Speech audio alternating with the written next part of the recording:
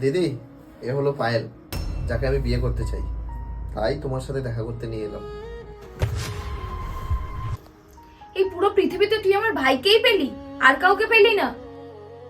কি হলো দিদি, তুমি একে চেনো নাকি? হ্যাঁ, খুব ভালোভাবেই চিনি। তুই এর সাথে বিয়ে করতে পারবি না। বিয়ে করতে পারবো না? কিন্তু কেন? আমি বলে দিলাম না একবার, বিয়ে করতে পারবি না মানে পারবি না। দিদি, আমি ওকেই যখন ভালোবাসি, বিয়েটা অবভিয়াসলি ওকেই করব, তাই না? তুই একটা কথা একবার বললে বুঝতে পারিস না? তোকে বারণ করছি, কিছু নিশ্চয়ই ভেবেই বারণ করছি আমি।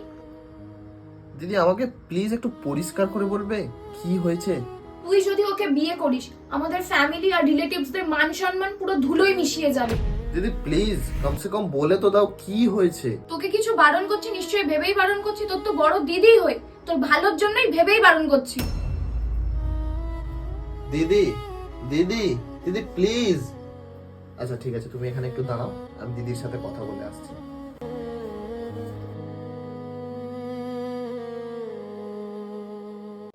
দিদি, তুমি এত রেগে যাচ্ছ কেন? কি হয়েছে প্লিজ আমাকে একটু বলবে?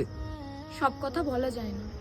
দিদি, আমি জানি তুমি আমাকে খুব ভালোবাসো, আর পায়েল আমাকে ভালোবাসে, আমিও পায়েলকে খুব ভালোবাসি, আর আমরা একসাথে থাকলে খুব ভালো থাকবো। প্লিজ আমায় বলবে কি হয়েছে? পায়েল আর আমি বেস্ট ফ্রেন্ড ছিলাম। তারপর পায়েল এমন একটা কাজ করলো, তারপরে আমি ওর সাথে কথা বলাই বন্ধ করে দিয়েছিলাম। তারপর থেকে টোটালি এখনো পর্যন্ত কোনো কন্ট্যাক্ট করিনি। তুইও যদি শুনিস ও এমন একটা কাজ করেছে না, তুইও ওর সাথে কথা বলবি না। কিন্তু কি করেছে ও? পায়েলের বাবা নেই, তুই নিশ্চয়ই জানিস।